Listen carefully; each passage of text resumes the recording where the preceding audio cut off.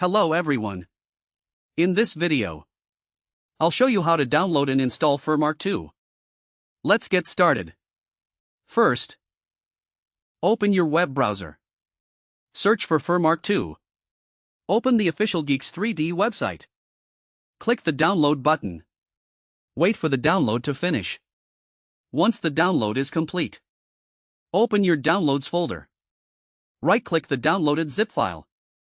Then click Extract All. Choose where you want to extract the files. Then click Extract. Open the extracted folder. Find FurMark_GUI.exe. Double-click it to launch FurMark 2. If Windows asks for permission, click Yes. FurMark 2 is now ready to use. That's it. If this video helped you, please leave a like and subscribe to the channel. Thanks for watching.